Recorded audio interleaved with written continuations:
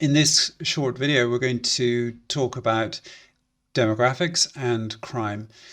So let's have a look at this. So whenever I think about demographics, really I think about encapsulating human behavior, age, characteristics, and so on into data. And one of the best metrics that I've ever come across for understanding areas is the social grading system that the UK government use. And we can see here that we have A, B, C, etc.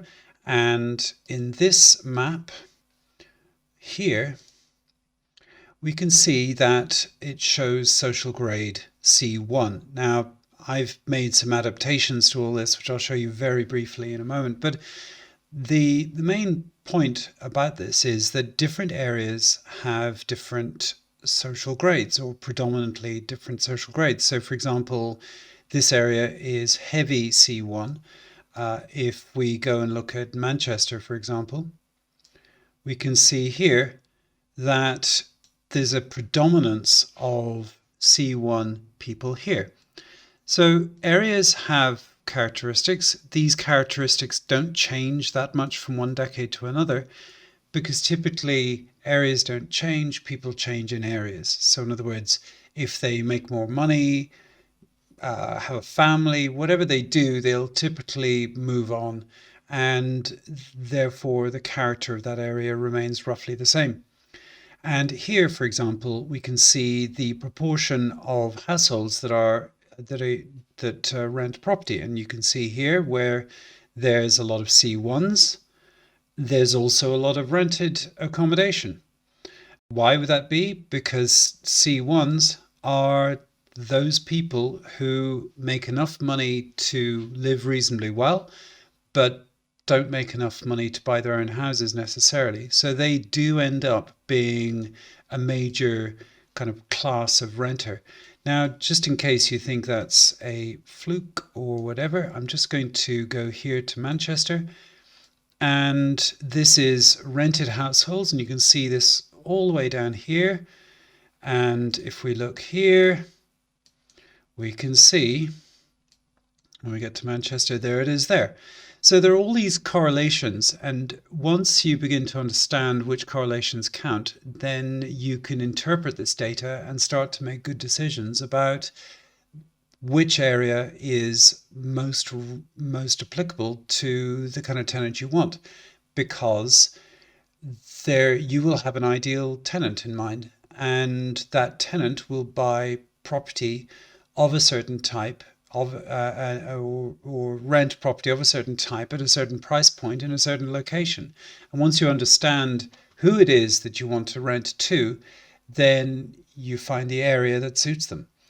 Now, the next thing is crime, and there is a lot of data around on crime, which is good, but I just thought I'd show you this rather sensationalist article. So this is from The Sun, and it just says Britain's most dangerous estate, save our children, etc. So it's a bit of a war zone, some terrible place.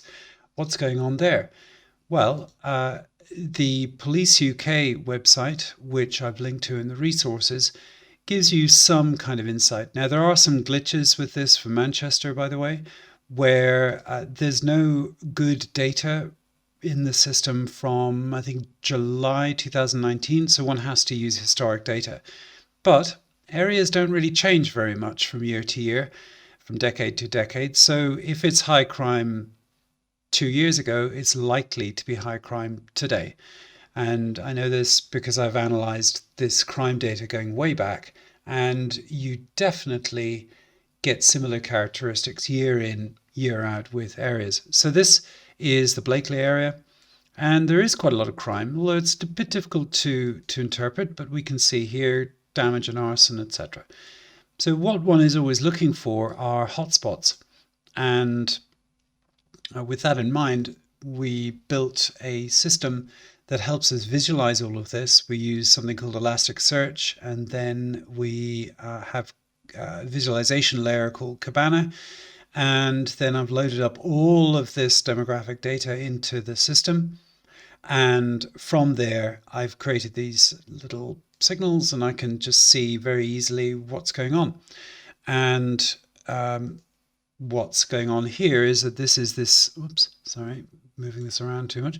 This little patch here is that council estate in the Sun newspaper.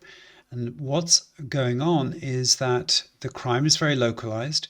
So we have, the police don't tell you exactly which property or what location, but they will give you the street. And so they have latitude and longitude coordinates with all crime reported, and therefore I can work out roughly where it is, and I can visualize it. And you can see here that in this little patch, this is where the crime is. Over a 6-month period, there were 64 crimes, and the bigger the white patch behind, the more serious the crime is. But if you go over here onto this street, then there were 3 crimes. So crime is very, very localized. Now, I'll just show you one more just for entertainment purposes. And this is a housing estate, the worst in Europe, all boarded up, terrible place to live, lots of crime, genuinely a very sad situation. And again, you can see here, based on this crime data, that yes, 31 crimes over 6 months, and this is more recent crime data. We can see here 25, etc. So once you, if you're a client of ours, obviously we give you all this, but if you're just someone watching, you want to DIY, then this is probably your best bet, the Police UK data. And from that, you can start to work out which roads have more crime, which don't, and so on. So anyway, I hope that's helpful, and thank you very much.